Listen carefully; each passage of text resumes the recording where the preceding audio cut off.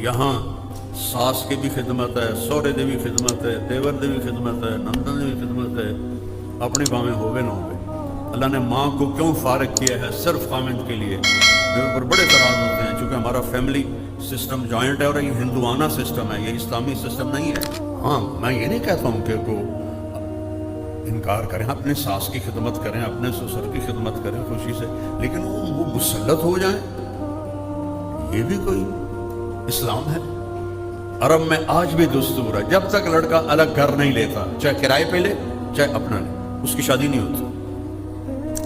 اور اتنا میں کہتا ہوں, اگر شادی کر رہے ہو تو اپنے گھر میں تمہارے پاس گنجائش نہیں ہے تو ایک پورشن الگ اب تمہاری بیوی کا ہونا چاہیے, جس میں بیڈ روم, جس میں ٹوائلٹ اور جس میں کچن, یہ 3 چیزیں اس کا حق کے واجب ہیں.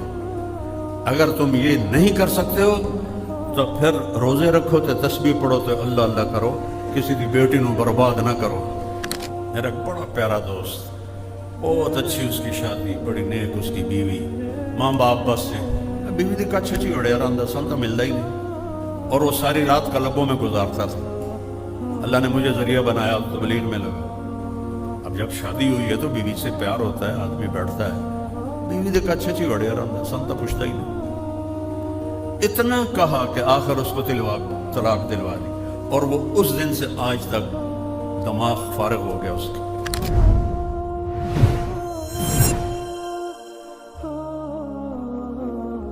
میرے نبی نے زندگی کیسے گزاری؟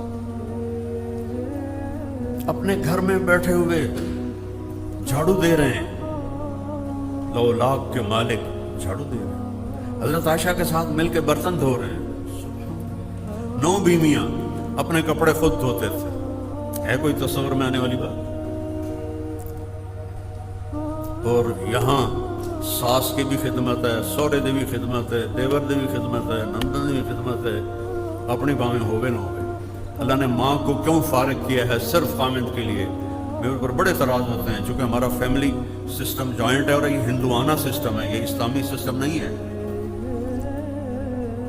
2 کی آپس میں انڈرسٹینڈنگ ہونا آسان ہے, اور 10 اکٹھے ہو جائیں, ہر ایک کے اپنے مطالبے ہوں, یہ تو میرے دین کا تقاضا نہیں. دنیا کی سب سے قیمتی چیز انسان ہے, اور جتنی قیمتی کوئی چیز ہوتی ہے اتنی قیمتی اس کی ڈائی ہوتی ہے. مرسڈیز کی ڈائی آپ کا کیا خیال ہے؟ سزوکی جیسی ہوگی. 380 کی جو ڈائی ہے وہ سزوکی وہ مرسڈیز جیسی ہوگی. جتنی قیمتی کوئی چیز ہوتی ہے اس سے قیمتی وہ ڈائی ہوتی ہے. اس میں ذرا بھی خراش آ جائے تبدیل کر دیتے ہیں, چونکہ وہ خراش اس چیز پر پڑ جاتی ہے. اور کائنات کی سب سے قیمتی چیز انسان ہے, اور اس کی ڈائی ماں کا پیٹ ہے, اور اسی کے اوپر ایسے بوچھاڑ ہوتی ہے, تان و طنز کہ اس کی ڈائی کریک کے ہاں ساری ٹوٹ جاتی ہے. پیدائشی بچے نفسیاتی مریض ہو رہے ہیں, پیدائشی نفسیاتی مریض پیدا ہو رہے ہیں. ہاں میں یہ نہیں کہتا ہوں کہ وہ انکار کریں, اپنے ساس کی خدمت کریں, اپنے سسر کی خدمت کریں خوشی سے, لیکن وہ مسلط ہو جائیں, یہ بھی کوئی اسلام ہے؟ عرب میں آج بھی دستور ہے, جب تک لڑکا الگ گھر نہیں لیتا, چاہے کرائے پہ لے چاہے اپنا لے, اس کی شادی نہیں ہوتی. اور اتنا میں کہتا ہوں, اگر شادی کر رہے ہو تو اپنے گھر میں تمہارے پاس گنجائش نہیں ہے تو ایک پورشن الگ اب تمہاری بیوی کا ہونا چاہیے, جس میں بیڈ روم, جس میں ٹوائلٹ اور جس میں کچن, یہ 3 چیزیں اس کا حق کے واجب ہیں. اگر تم یہ نہیں کر سکتے ہو تو پھر روزے رکھو تے تسبیح پڑھو تے اللہ اللہ کرو, کسی دی بیٹی نو برباد نہ کرو. نہ تیری ماں آکھے گی میں نو چاہتا ہے, نہ پوچھی کوئی, میں نو سلام ہی نہیں کیتا ہے. یہ تو لڑائیاں, میں اسی ماحول میں رہتا ہوں, میرا تو زمیندارہ ماحول ہے, اس میں یہ چیزیں بہت شدت سے.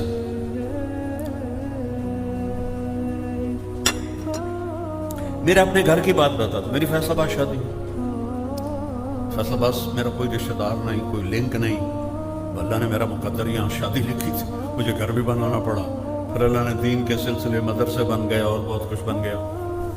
میں یہاں سے 250 کلومیٹر دور, پہلے ضلع ملتان تھا, خانہ وال ہے,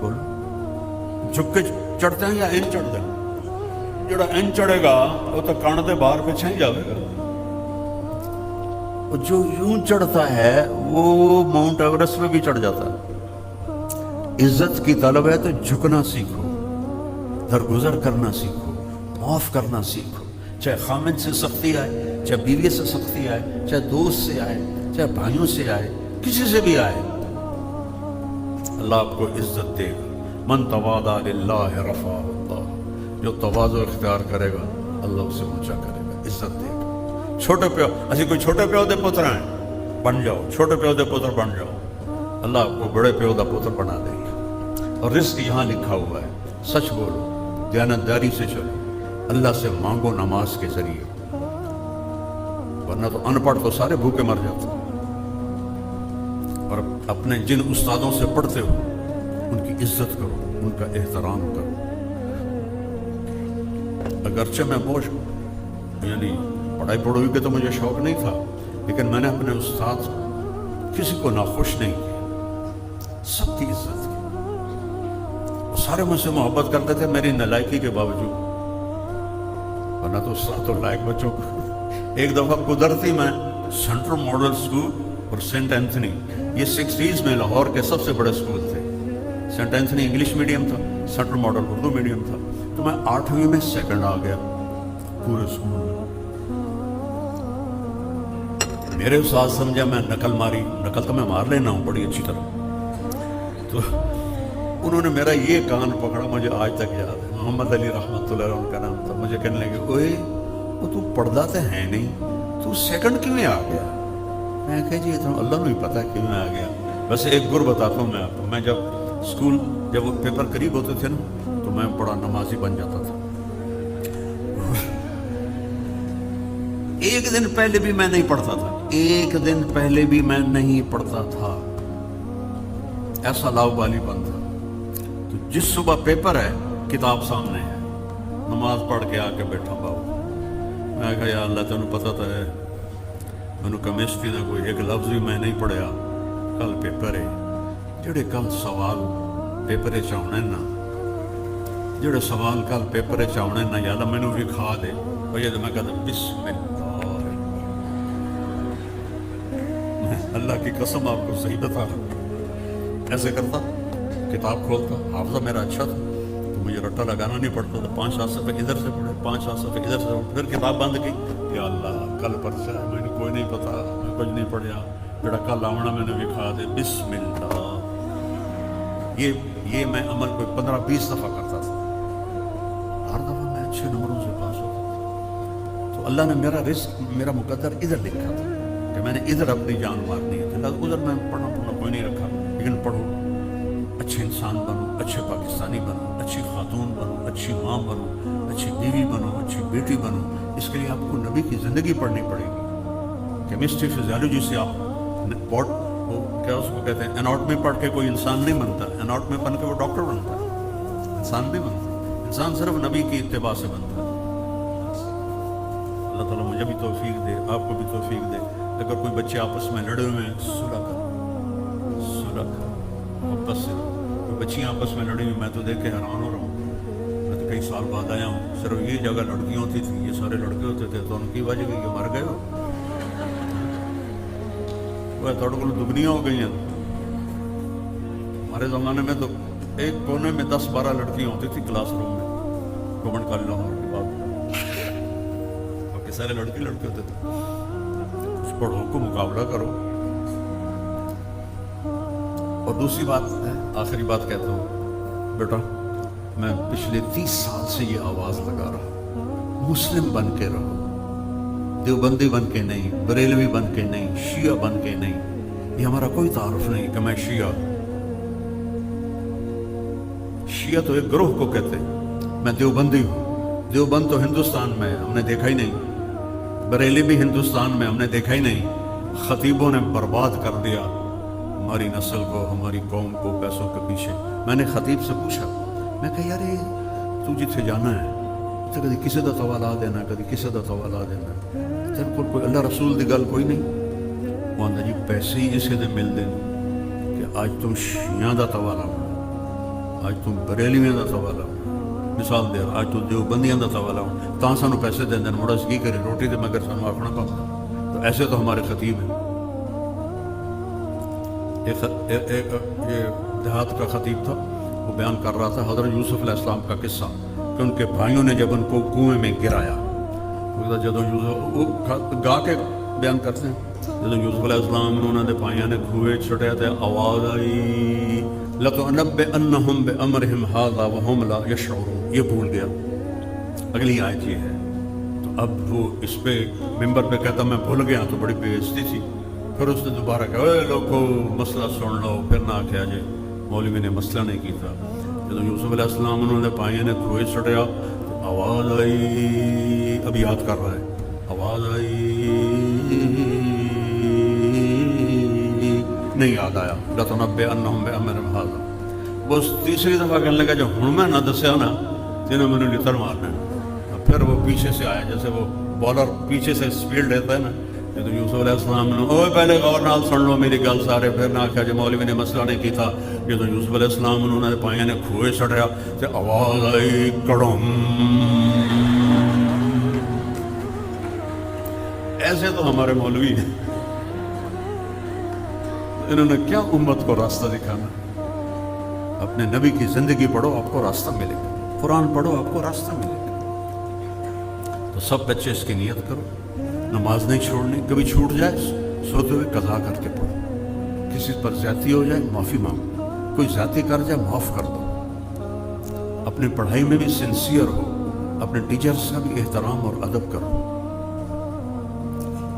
تو اللہ آپ کو پھل پھول لگائے گا انشاءاللہ اور چھٹیوں میں تبلیغ میں چلا یا 4 مہینے یا 3 دن اس کے ارادے فرماؤ اچھے ماحول میں جانے سے میں تو صرف 3 دن کے لیے گیا تھا اور میرے رب نے مجھے کہاں سے نکالا اور کہاں آ کے بٹھا دیا یہ 3 دن کی برکت تھی اس مالک کا کرم ہوا تبلیغ بہت اچھا کام ہے فرقہ واریت سے پاک ہے اور اس قسم کی لڑائی جھگڑوں کے مسئلوں سے پاک ہے تو اس لیے بھائی تبلیغ میں جایا کرو بہت فائدہ ہوگا